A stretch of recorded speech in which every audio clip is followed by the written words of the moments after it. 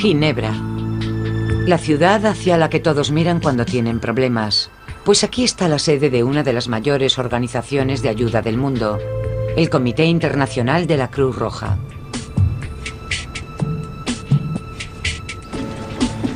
Así conocemos a la Cruz Roja, médicos y enfermeras abnegados, un rayo de esperanza en una guerra horrenda. Pero para los que más ayuda necesitaron en ella, toda esperanza fue en vano.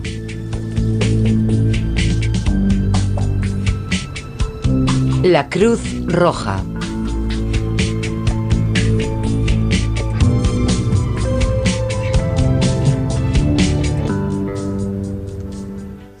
Sí que pudieron haber ayudado.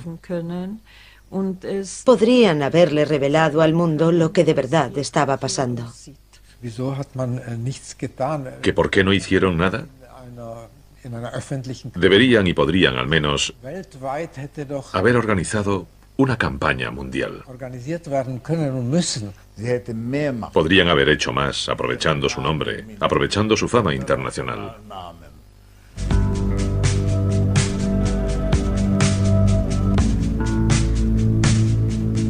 ¿Por qué abandonó la Cruz Roja a las víctimas del Holocausto?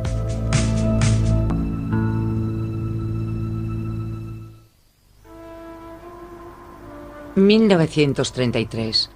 Los nazis acaban de asumir el poder en Alemania cuando el Comité Internacional de la Cruz Roja se instala en la Villa Moynier, en el lago Le Mans. Aquí trabaja en una reforma de la Convención de Ginebra. Sobre todo las mujeres del comité, tras la experiencia de la Primera Guerra Mundial, quieren que la Convención también proteja a los civiles. Presentan su propuesta en la 15ª Conferencia de la Cruz Roja, celebrada en Tokio en 1934. Garantiza la misma protección internacional para los civiles detenidos que para los prisioneros de guerra, pero se aplaza su aprobación. Pocos de los presentes consideran que sea algo urgente.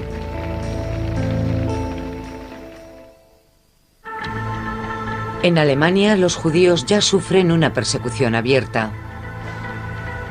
Der Jude ist der Todfeind der Menschheit, not der Armingen. Es wird Ihnen das Lachen überall vergehen. Dieses Problem wird radikal gelöst. Auch der letzte Jude wird Deutschland verlassen müssen.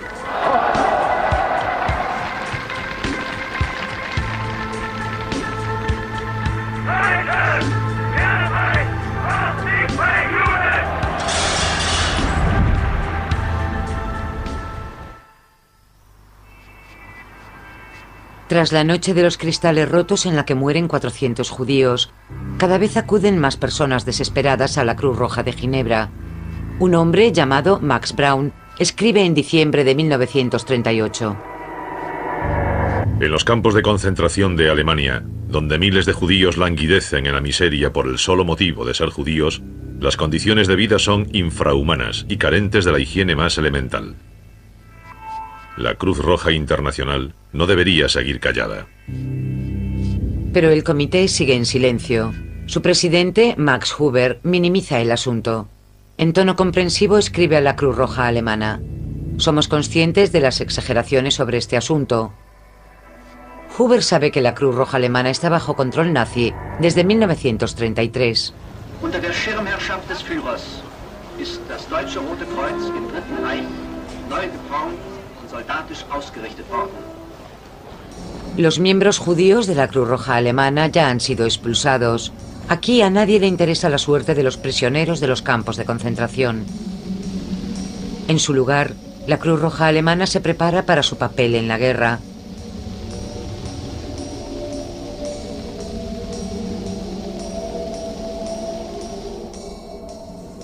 Max Huber calla respecto al horror nazi. Y no solo es el presidente de la Cruz Roja Internacional, también del Tribunal Internacional de La Haya. Pero como presidente administrativo de dos compañías suizas importantes, Huber también hace negocios con la industria armamentista alemana. El presidente del Comité Internacional de la Cruz Roja, Karl Jakob Burckhardt, también siente gran afinidad hacia Alemania. Hasta el estallido de la guerra en 1939, es el alto comisario de la Liga de Naciones en Danzig. Sus primeras reservas sobre el nacionalsocialismo alemán pronto quedan olvidadas. Lo cual queda claro en 1933, cuando el gobierno suizo se niega a recibir a Goebbels oficialmente en la reunión de la Liga de Naciones. Burckhardt intercede. No tiene reparo en confraternizar con los nazis, ni ahora ni más adelante. Como suizo de habla alemana, Burckhardt se inclinó hacia los alemanes desde muy pronto. Era admirador de la cultura alemana,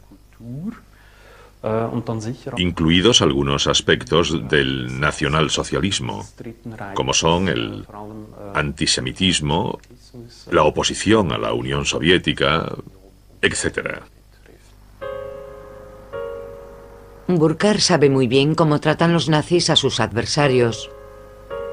En 1935 ve al Premio Nobel de la Paz Karl von Ossietzky en el campo de concentración de Stavanger, una figura temblorosa, pálida y demacrada, con los sentidos embotados, un ojo hinchado y los dientes rotos. Así describe a Ossietzky en sus memorias tras la guerra. En mayo de 1936 el Führer invita a Burckhardt a ir de nuevo a Alemania.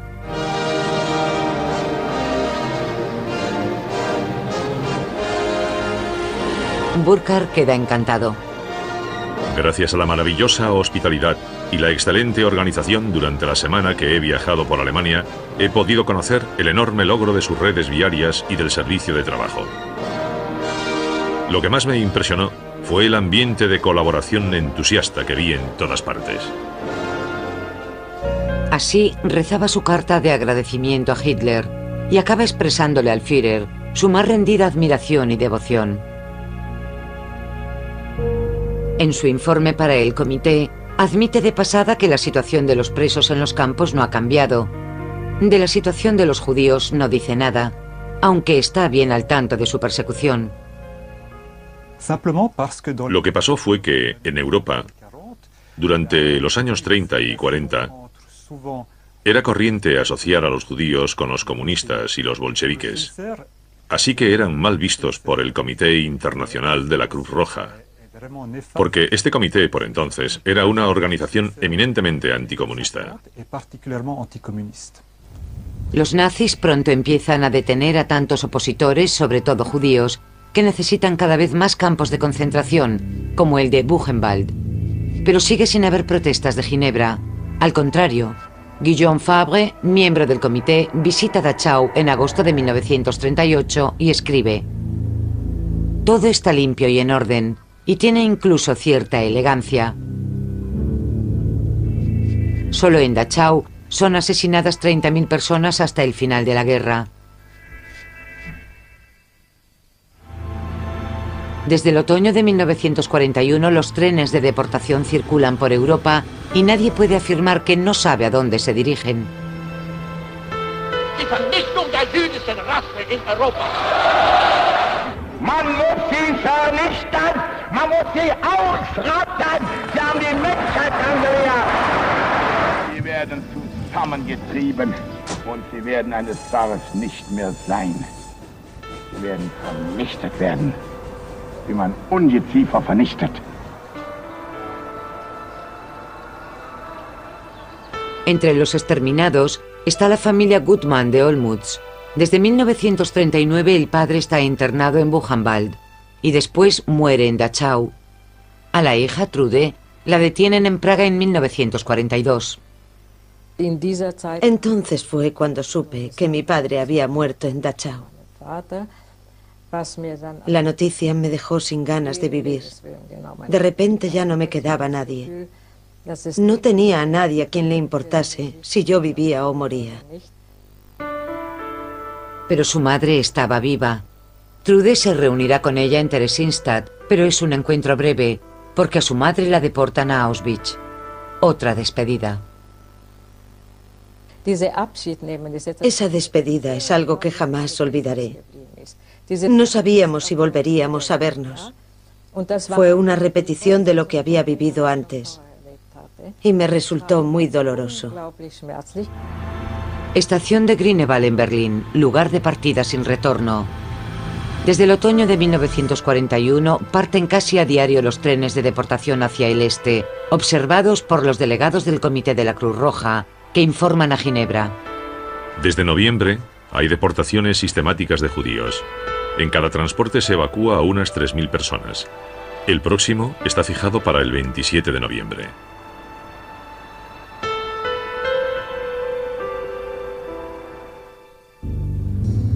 En abril, según los delegados de Ginebra, ya no quedarán más judíos en Berlín. El Comité Internacional de la Cruz Roja, instalado en el Hotel Metropol desde el estallido de la guerra, no reacciona. Deben mantener la neutralidad y no tienen permiso para ayudar a los civiles. Una pobre excusa, porque los estatutos del comité permiten cualquier acto humanitario que se considere necesario, pero el presidente, Max Huber, y el vicepresidente, Karl Jakob Burkhardt, ignoran ese detalle. En la calle Wallenstetter, en Berlín, donde está la delegación de la Cruz Roja desde 1940, reina el asombro ante la indiferencia de los directivos de Ginebra. Las instrucciones recibidas por la delegación de Berlín son claras. Su principal tarea es la de asegurarse de que los prisioneros de guerra reciben buen trato de los alemanes. Uno de los delegados es el joven doctor Maurice Rosell.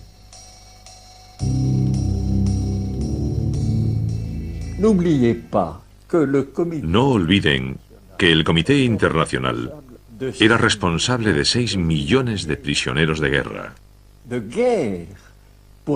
Y su misión era comprobar que se respetaba la convención. Y sí que se respetaba. Porque quien no lo hiciese se arriesgaba a la venganza del adversario. Esa era la única autoridad que tenía el Comité de la Cruz Roja.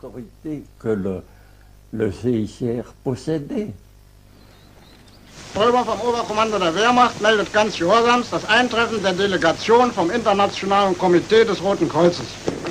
Ja, kann ich das Essen kosten? Bitte sehr schön. Donnez-moi la quantité que reçoit chaque prisonnier. Merci. Merci.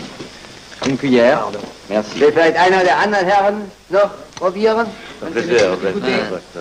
Merci beaucoup. Ça suffira si on est bon. Elle est très bonne. Elle est très bonne, très agréable. ¿Pero de verdad no podían hacer más por los prisioneros de los campos de concentración? La Cruz Roja pidió sin cesar permiso para prestar ayuda en los campos de concentración. Pero los alemanes siempre decían que eso sería inmiscuirse en sus asuntos internos y que la convención no se aplicaba a los prisioneros civiles. Aunque la Cruz Roja vela con celo por los prisioneros de guerra, el comité no hace nada por los de los campos de concentración.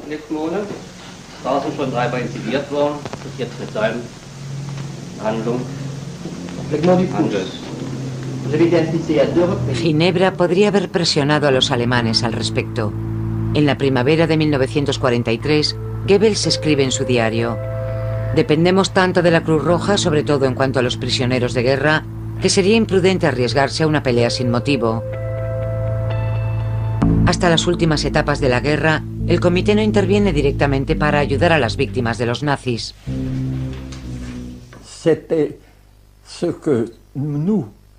Eso era lo que nosotros habíamos estado esperando. No entendíamos qué estaba pasando en Ginebra. ¿Por qué la directiva no mostraba interés alguno? Hacen la vista gorda. Ni Burkhardt ni Huber quieren tener roces con los alemanes por culpa de los judíos y comunistas. Es falso que el comité no hiciese nada.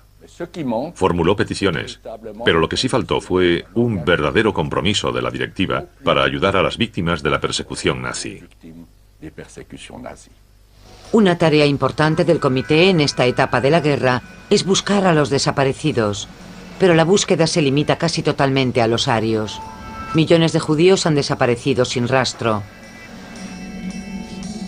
En abril de 1942, la Cruz Roja alemana comunica que no puede obtener información sobre los noarios, así que no puede hacerse cargo de ninguna petición de búsqueda.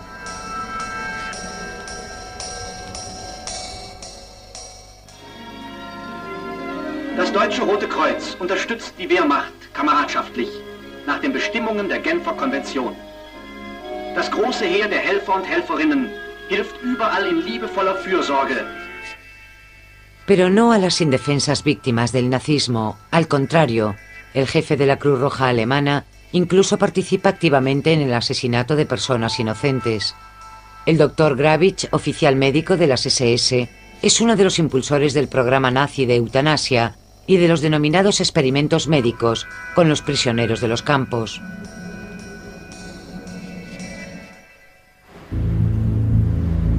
En verano del 42, el Congreso Judío Mundial confirma sus peores temores en el Palacio Wilson.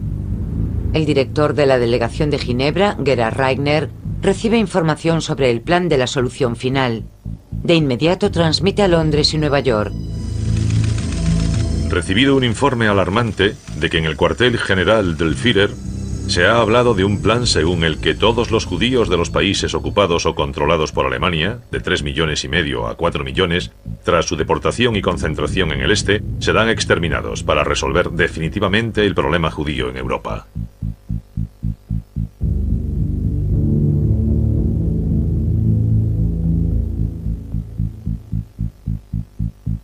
Gerhard Reigner también recurre a la Cruz Roja y, para su sorpresa, descubre que Burkhardt ya conoce el plan.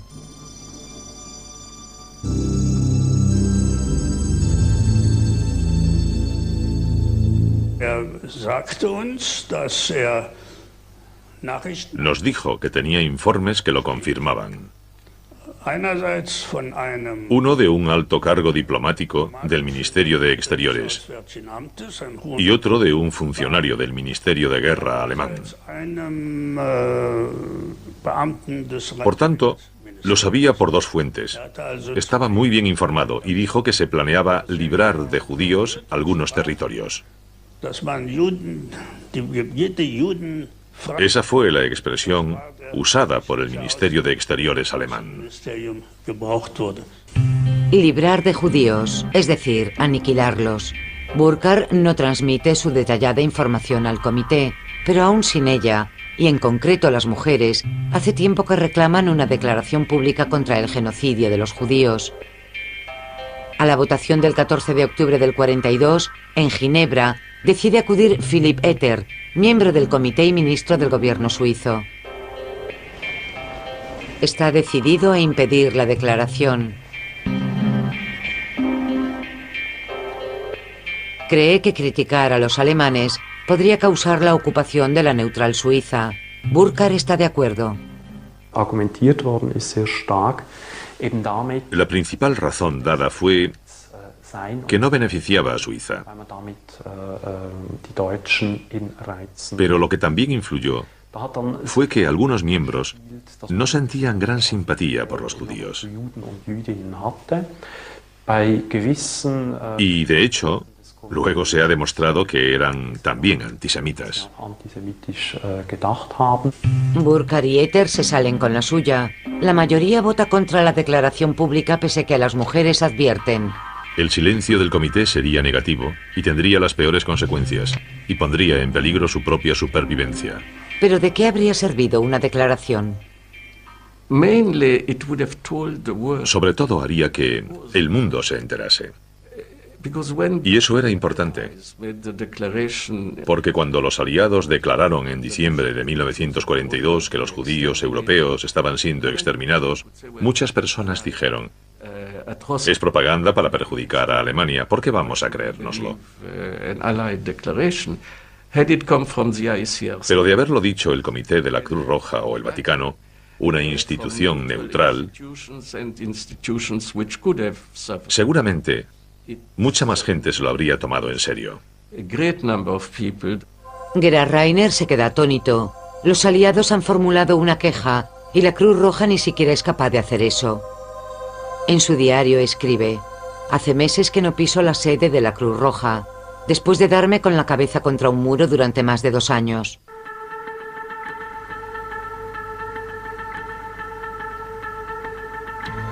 En febrero de 1943, la mayoría de las comunidades judías europeas han sido exterminadas.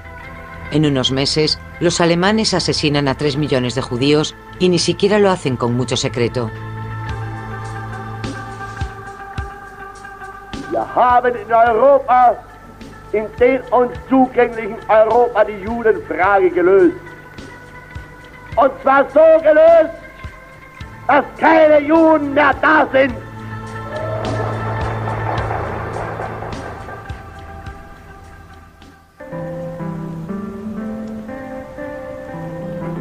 Cuanto más desesperada la situación de los judíos, más estricta es la política suiza respecto a los refugiados. A finales de septiembre del 42, los padres de Saul Friedländer intentan escapar a Suiza desde Nobel, en los Alpes franceses. Pero antes ocultan a su hijo de 10 años en un internado católico. El niño protesta, no quiere que lo dejen allí.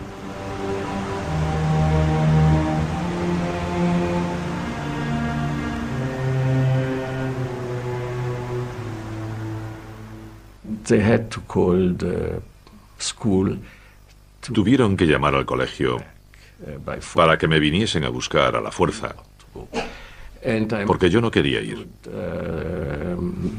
Creo que intuía que aquello era el final. Los niños, ya sabe, captan el nerviosismo, el miedo. Fue la última vez que vi a mis padres.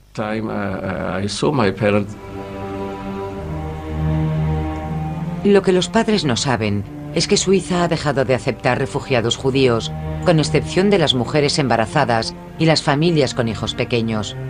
A los Friedländer los mandan de vuelta, los deportan a Auschwitz y allí son asesinados.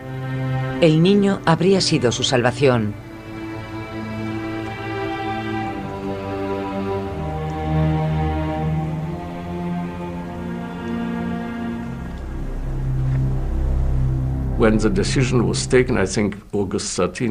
Cuando se tomó la decisión, creo que fue en agosto de 1942, de cerrar totalmente las fronteras a los judíos, se hizo sabiendo lo que les esperaba a los rechazados, lo cual es muy importante.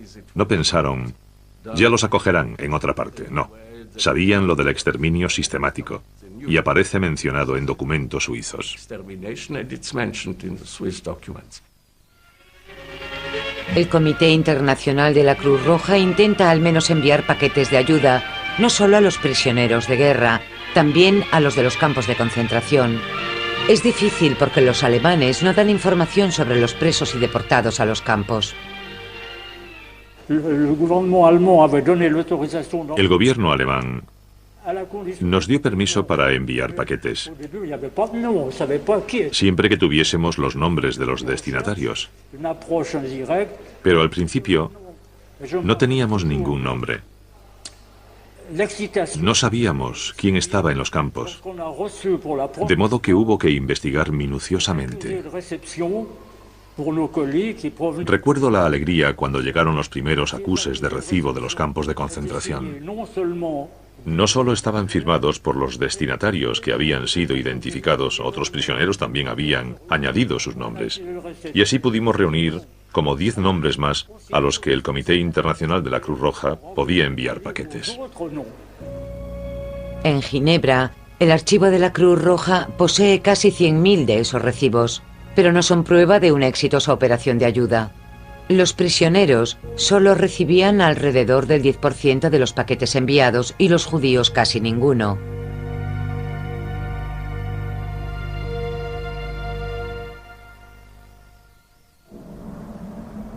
Theresienstadt. Desde el otoño de 1941, la pequeña plaza fuerte se transforma en campo de concentración. No es un campo de exterminio, pero la mayoría de las personas enviadas aquí tienen pocas oportunidades de sobrevivir. En un lugar que suele albergar a 7.000 checos, a veces se hacinan 60.000 personas, enfermas y ancianas.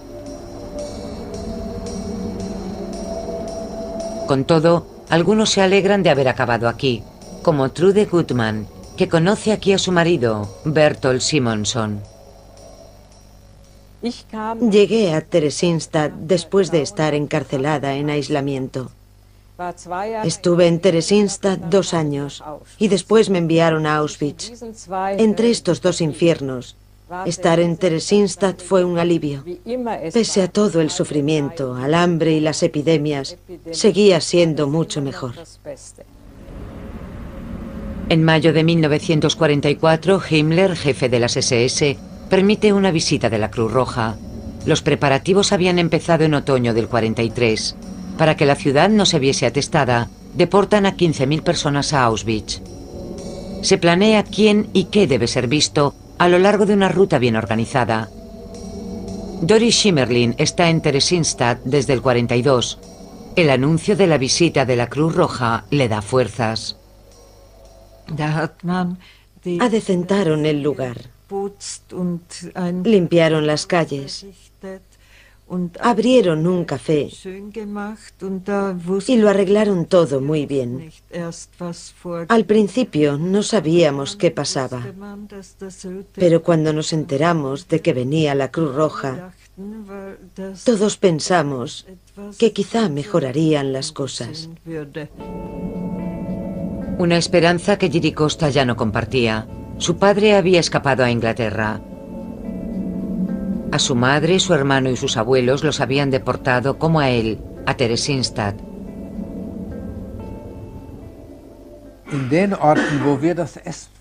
En los lugares donde repartíamos comida, no cambió nada. En el año 43 y 44, no vino ninguna delegación de la Cruz Roja porque lo que habrían visto no sería nada agradable. La comida que se servía era horrible. La mañana del 23 de junio del 44, la delegación de la Cruz Roja parte de Praga. Los prisioneros llevan levantados desde las 4 de la madrugada, barriendo las calles para los ilustres visitantes, que resultan no ser tan ilustres. La Cruz Roja envía al delegado Rosell. Su jefe tiene cosas más importantes que hacer. Él sabía que si nos invitaban a ir a un campo, no habría nada que ver. Sabía que podíamos esperar. Es una farsa. A las 11 de la mañana empieza la gira. El delegado de la Cruz Roja hace fotografías. La puesta en escena es perfecta. En su informe, Rosell dirá que ha visto un pueblo común y corriente. Un edificio, por ejemplo, se presenta como escuela, aunque a los niños no se les permite asistir a clase. El coro deja impresionado a Rosell, que insta al comandante del campo a no dejar que se desintegre. El coro permanecerá unido hasta la muerte. Sus miembros son gaseados juntos en Auschwitz. En un pabellón hecho para la ocasión, una orquesta toca en honor de Rosell. Al anochecer, Rosell regresa a Praga, y mientras goza de un banquete de celebración en el Palacio Chernin, la deprimente realidad de la vida normal regresa a Theresienstadt. Fue una gran decepción, porque no pasó nada. Las deportaciones continuaron como si la Cruz Roja nunca hubiese estado allí. En su informe para el comité, Rosell dice que Theresienstadt es un campo de destino definitivo. Alaba la excelente atención médica y la buena comida.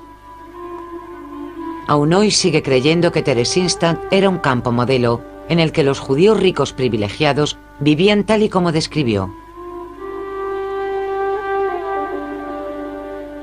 No, Theresienstadt nunca fue un campo auténtico, sino un campo modelo, un teatro. Theresienstadt era una pequeña ciudad fortificada, pero a los que estaban allí no los maltrataban y no se morían de hambre. Eso fue lo que yo vi. De las 141.000 personas deportadas aquí, más de 30.000 mueren de hambre y enfermedades, y a casi 90.000 judíos los llevan a los campos de exterminio. También la madre de Doris Schimmerling muere allí. Cuando a su padre lo eligen para el traslado, Doris quiere ir con él. Había 4 o 5 oficiales de las SS de alto rango delante de los barracones y me preguntaron qué quería. Les dije que a mi padre iban a trasladarlo y que quería ir con él. Dijeron que no podía y yo dije, entonces me quedaré sola en Theresienstadt. Y ellos dijeron, se está bien solo en Theresienstadt. En aquel momento pensé que eran crueles, pero debo admitir que me salvaron la vida. A principios de julio del 44, Rosell escribe a sus anfitriones alemanes. He regresado a Praga con buenos recuerdos. Y es un placer decirles que a muchas personas les aliviará saber por nuestro informe que las condiciones de vida allí son satisfactorias. Rosell envía varias fotos que había hecho. Es un material de propaganda muy bienvenido.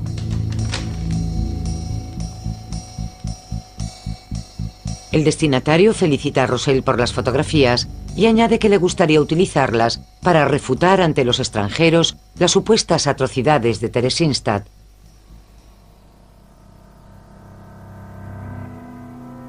Tras el éxito de la visita, a las SS se les ocurrió hacer una película de propaganda sobre Theresienstadt.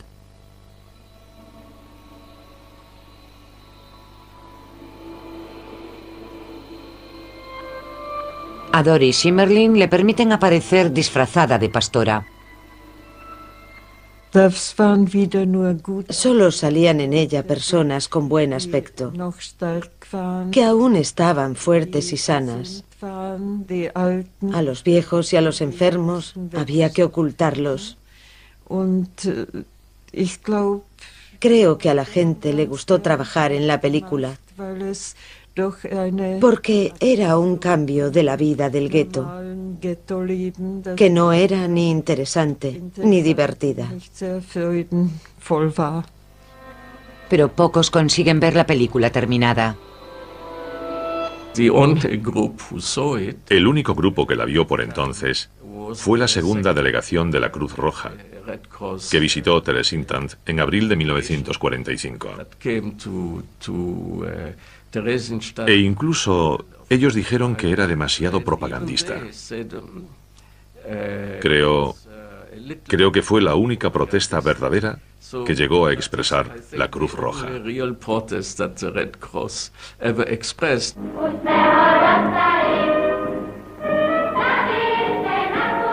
Los prisioneros le inventan un título sarcástico.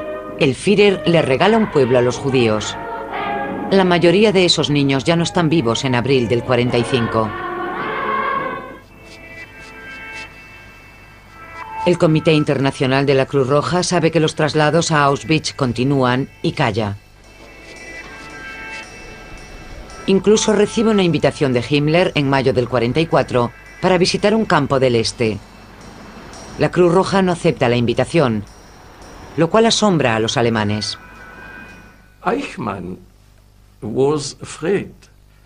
Eichmann temía que Rosell, el delegado de la Cruz Roja, pidiese ver el lugar al que iban los que partían de Theresienstadt hacia el este.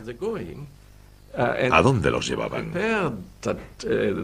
Así que prepararon algo para el caso, creando un campo familiar en el propio Auschwitz, donde la gente vivía como en condiciones normales.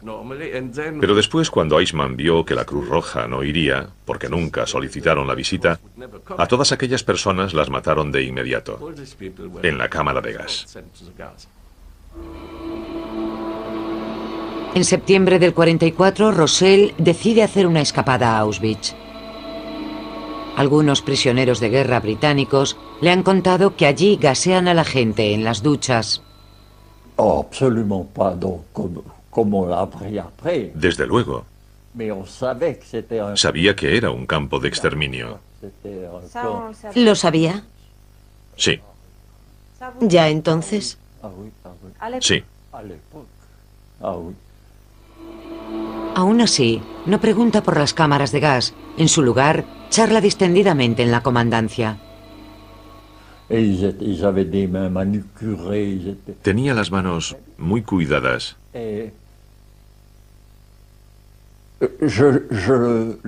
Me dio la impresión de que estaban muy orgullosos del trabajo que hacían allí.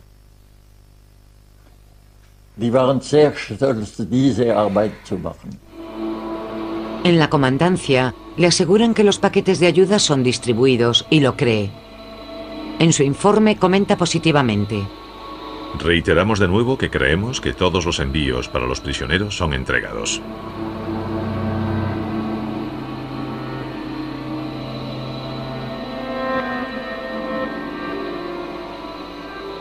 Jiri Costa va en el último transporte de Theresienstadt a Auschwitz. Allí se encuentra un conocido.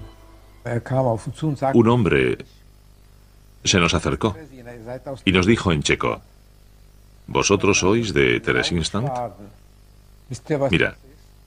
Mira allí, a las columnas de humo negro. ¿Sabéis de qué es? Ni idea. De los crematorios, y enfrente están las cámaras de gas. Tenéis suerte, habéis sobrevivido, otros están muertos o muriéndose. Trude Gutmann llega a Auschwitz en el mismo tren que Costa. Solo conserva recuerdos de la llegada. Cuando uno siente dolor, se desmaya. Y creo que el subconsciente también puede desvanecerse. En verano del 44, los detalles del genocidio son conocidos. Ginebra tiene un informe de 2 prisioneros de un campo de concentración que logran escapar de Auschwitz. La prensa suiza informa constantemente del exterminio de los judíos húngaros. El Comité Internacional de la Cruz Roja al fin tiene que ceder a la presión pública. Tras pedir ayuda, el gobierno húngaro consigue detener las deportaciones. El comité envía al delegado Friedrich Born a Budapest, y este ya no se queda al margen, cuando en otoño del 44 los alemanes se hacen cargo ellos mismos de las deportaciones de los judíos restantes. El símbolo de la Cruz Roja en los orfelinatos salva la vida de miles de huérfanos judíos. Hay que distinguir entre los miembros del Comité de Ginebra y los delegados del Comité Internacional sobre el terreno. Ahí es donde ves que de verdad hubo compasión. Los delegados veían el sufrimiento humano todos los días, y cuando ves sufrir a la gente, resulta terrible no poder hacer nada para ayudar.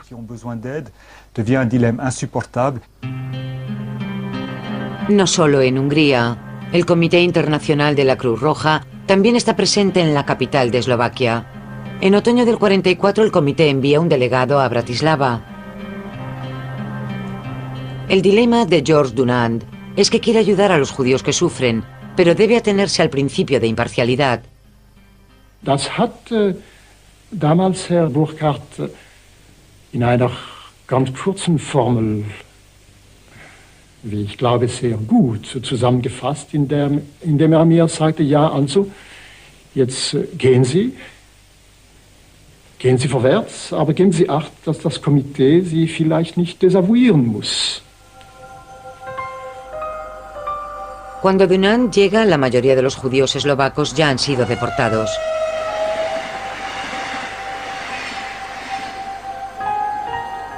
La Cruz Roja eslovaca ya había pedido ayuda a Ginebra en el 42, sin resultado. Ahora, en otoño del 44, de los 90.000 judíos eslovacos solo quedan vivos unos 5.000. Entre los supervivientes están Bumi Lasar y sus hermanos. Sus padres no lo consiguieron. En 1942 recibimos una carta de nuestra madre. Todavía recuerdo exactamente lo que escribió. Decía: queridos míos, vamos de camino a Žilina. Žilina era un campo de concentración. Cuidaos mucho. Os queremos. Vuestros padres. Me quedé mirando la carta desesperado. No llevaba remitente y supe que mi hogar ya no existía.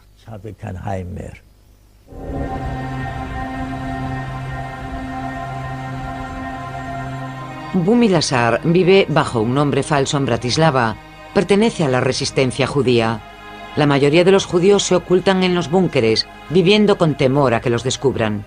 A cualquier escondite lo llamábamos búnker. Estuviese en casa de alguien o en otro lugar. Yo tenía un primo que estuvo escondido debajo de una cama en un dormitorio. Y después de la liberación no era capaz de hablar, porque no había hablado con nadie en todo aquel tiempo. Lassie Rotter no supo nada del resto de la familia durante mucho tiempo, y para sí mismo consigue documentación falsa y una nueva identidad.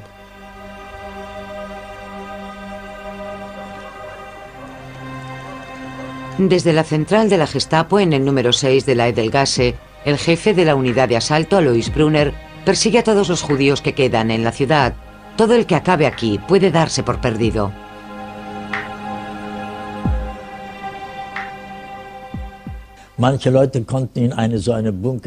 Había personas que estaban en un búnker 4, 5 o 6 semanas, pero tenían que cambiar de sitio, porque los alemanes registraban sin cesar las casas buscando a los judíos. Oías perfectamente cuando venían, porque nunca llegaban con sigilo. Subían por la escalera gritando bien claro: «Abran, Gestapo». Por la noche, Bumi Lazar se dedica a ir avisando a los judíos escondidos. Pero las personas de los búnkers también necesitan comida. Cuando Bumi se entera de la llegada de un delegado de la Cruz Roja, espera que lo ayude. Tras su segunda reunión, está seguro de que puede confiar en él. La segunda vez nos encontramos de nuevo en la calle, y él me dio dinero, todo lo que le pedía, me lo daba. Dunant entrega dinero ilegal de las organizaciones de ayuda judías, consciente de que Ginebra no lo ayudará si lo detienen los alemanes. En una ocasión fue a ver a Brunner queriendo ayudar a los judíos. Brunner le dijo: «Todo el que ayuda a los judíos huele mal». Entonces Dunant le preguntó: «¿Yo también huelo mal?» Y Brunner le dijo: «No demasiado».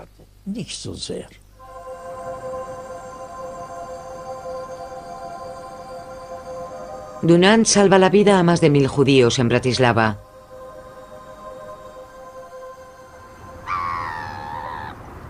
En Ginebra, ya nadie cree que Alemania pueda ganar la guerra. Al fin, el comité negocia con las SS para poder ayudar a los presos de los campos de concentración. Siguen muriendo miles a diario en los campos y en las marchas de la muerte.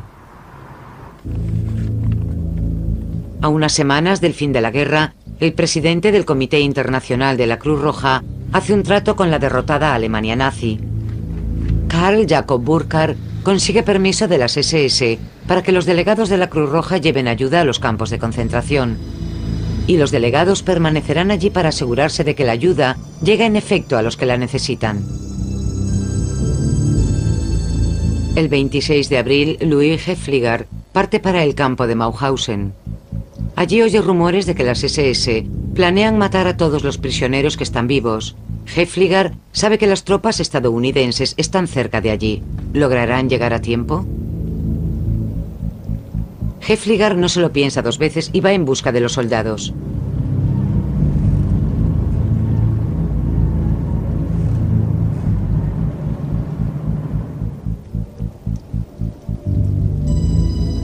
El 4 de mayo, los estadounidenses liberan Mauthausen.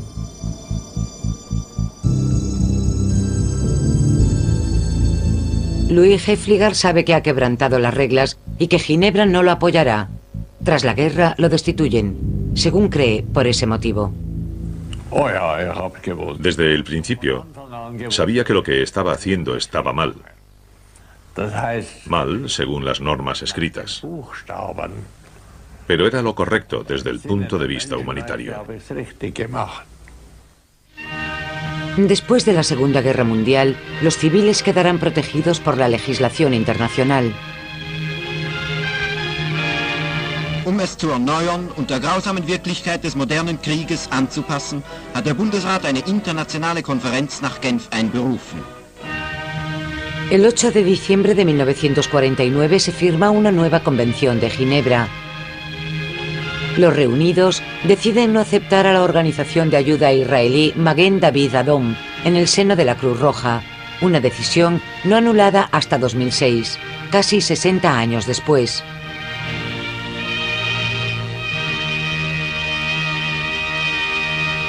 Tras la guerra, la Cruz Roja Internacional, como muchos otros, declara que no conocía la magnitud del genocidio judío. Hasta la década de 1990 el comité no admite sus errores, mucho después de la muerte de los responsables. Burkhardt, sucesor de Max Huber como presidente, impidió toda revisión de los actos del comité. Hoy se sabe, y hay pruebas, de que Karl Jacob Burkhardt, en los años 50, hurgó en el archivo del Comité Internacional y eliminó documentos que demostraban la política de la que hemos hablado en un sentido negativo.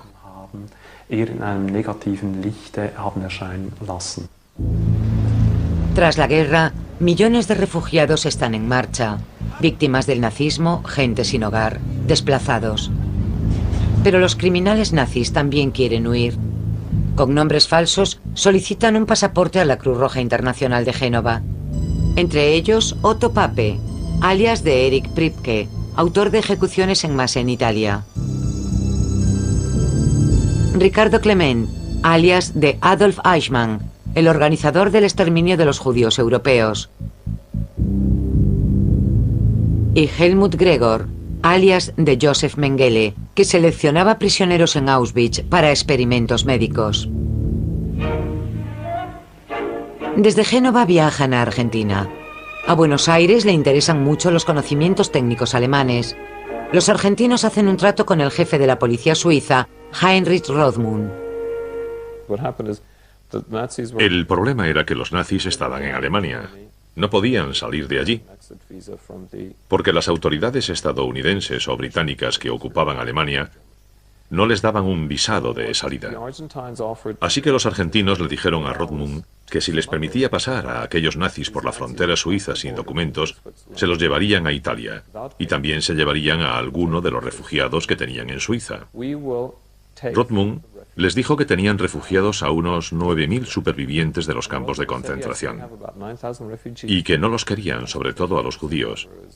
Pero los argentinos dijeron: a los judíos no nos los llevamos, pero sí a alguno de los otros.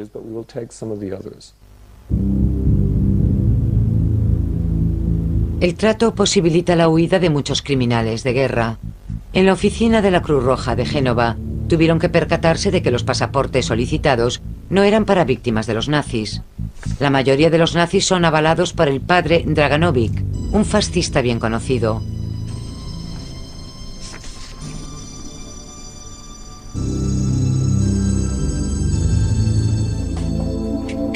La Cruz Roja alemana se concentra tras la guerra en la búsqueda de los soldados alemanes desaparecidos.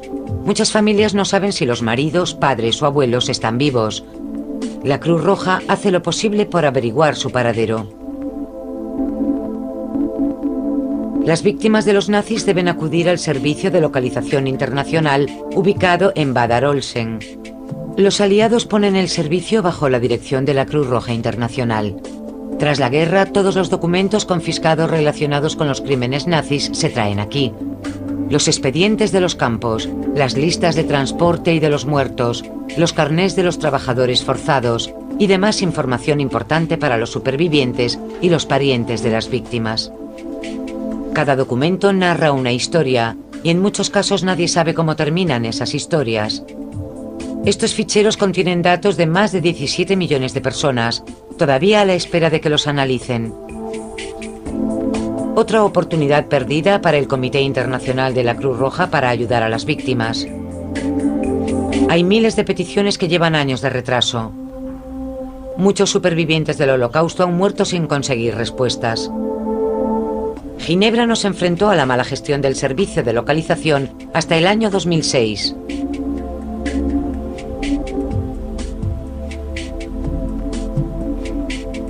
Al fin se abren cajones de cuyo contenido poco se sabe.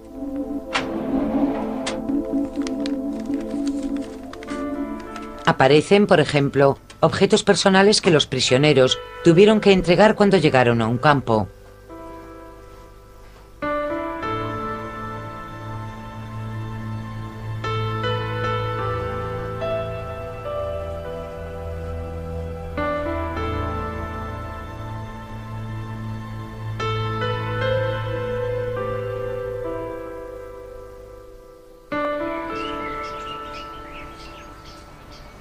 Bumilasar vive en Israel.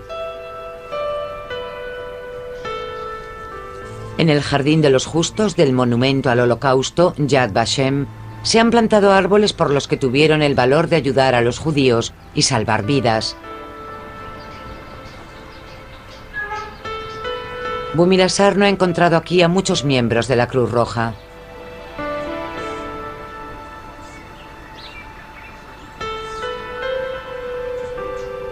Otros tuvieron más valor. Ayudaron aunque no tenían obligación. Ayudaron porque era necesario y posible.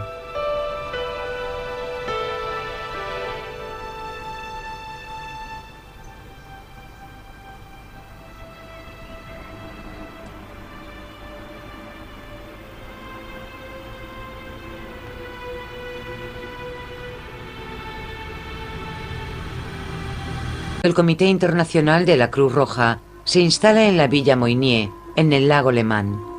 Aquí trabaja en una reforma de la Convención de Ginebra. Sobre todo las mujeres del comité, tras la experiencia de la Primera Guerra Mundial, quieren que la Convención también proteja a los civiles. Presentan su propuesta en la 15ª Conferencia de la Cruz Roja, celebrada en Tokio en 1934. Garantiza la misma protección internacional para los civiles detenidos que para los prisioneros de guerra, pero se aplaza su aprobación. Pocos de los presentes consideran que sea algo urgente.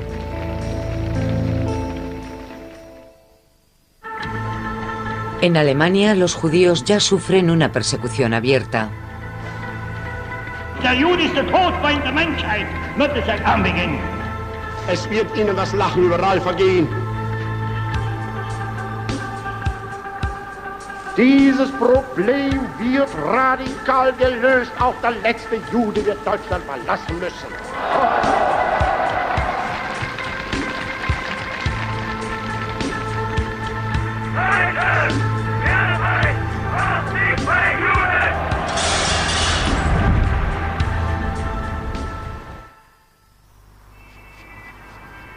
Tras la noche de los cristales rotos en la que mueren 400 judíos, cada vez acuden más personas desesperadas a la Cruz Roja de Ginebra. Un hombre llamado Max Braun escribe en diciembre de 1938. En los campos de concentración de Alemania, donde miles de judíos languidecen en la miseria por el solo motivo de ser judíos, las condiciones de vida son infrahumanas y carentes de la higiene más elemental. La Cruz Roja Internacional no debería seguir callada. Pero el comité sigue en silencio. Su presidente, Max Huber, minimiza el asunto. En tono comprensivo escribe a la Cruz Roja alemana: somos conscientes de las exageraciones sobre este asunto. Huber sabe que la Cruz Roja alemana está bajo control nazi desde 1933. Unter der Schirmherrschaft des Führers ist das Deutsche Rote Kreuz im Dritten Reich neu geformt und soldatisch ausgerichtet worden. Los miembros judíos de la Cruz Roja alemana ya han sido expulsados. Aquí a nadie le interesa la suerte de los prisioneros de los campos de concentración. En su lugar, la Cruz Roja alemana se prepara para su papel en la guerra.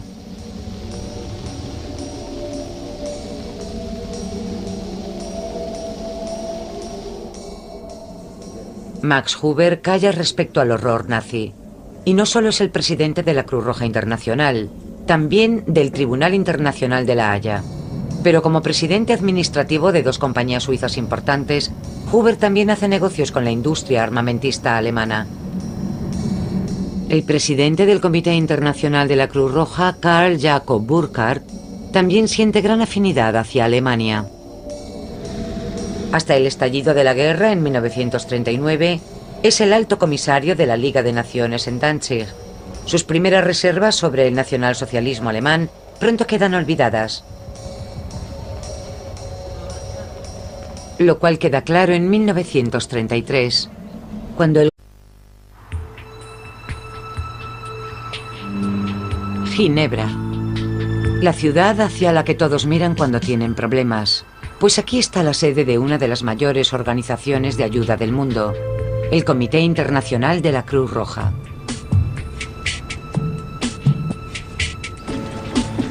Así conocemos a la Cruz Roja, médicos y enfermeras abnegados, un rayo de esperanza en una guerra horrenda.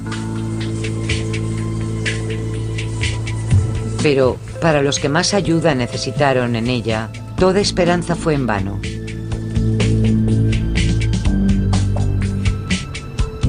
La Cruz Roja.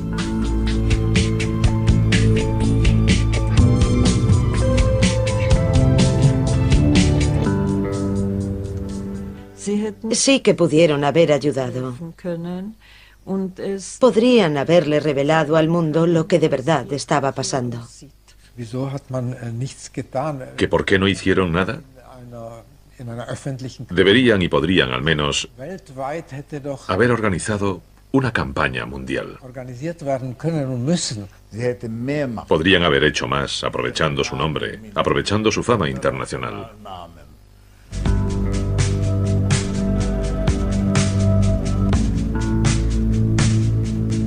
¿Por qué abandonó la Cruz Roja a las víctimas del Holocausto?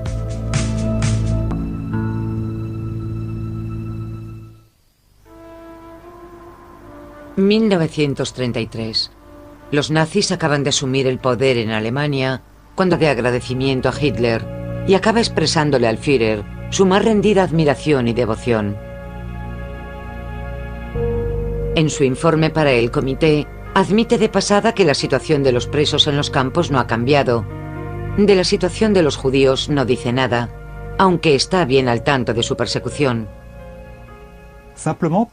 Lo que pasó fue que, en Europa, durante los años 30 y 40, era corriente asociar a los judíos con los comunistas y los bolcheviques. Así que eran mal vistos por el Comité Internacional de la Cruz Roja, porque este comité, por entonces, era una organización eminentemente anticomunista. Los nazis pronto empiezan a detener a tantos opositores, sobre todo judíos, que necesitan cada vez más campos de concentración, como el de Buchenwald. Pero sigue sin haber protestas de Ginebra. Al contrario, Guillaume Fabre, miembro del comité, visita Dachau en agosto de 1938 y escribe: todo está limpio y en orden, y tiene incluso cierta elegancia.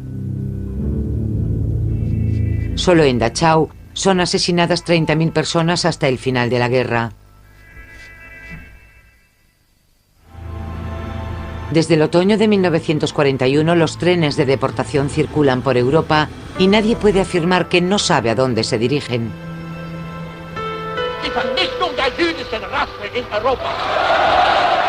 Man muss sie vernichten, man muss sie ausrotten. Sie haben die Menschheit angelehrt. Sie werden zusammengetrieben. El gobierno suizo se niega a recibir a Goebbels oficialmente en la reunión de la Liga de Naciones. Burckhardt intercede.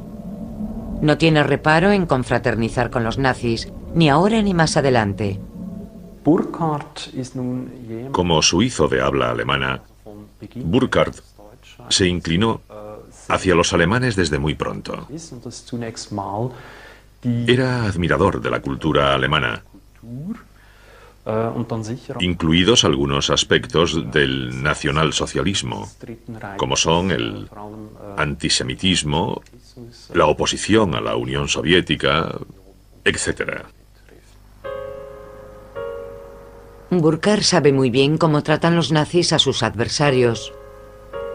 En 1935 ve al Premio Nobel de la Paz Karl von Ossietzky en el campo de concentración de Stavanger, una figura temblorosa, pálida y demacrada, con los sentidos embotados, un ojo hinchado y los dientes rotos. Así describe a Ossietzky en sus memorias tras la guerra. En mayo de 1936 el Führer invita a Burckhardt a ir de nuevo a Alemania.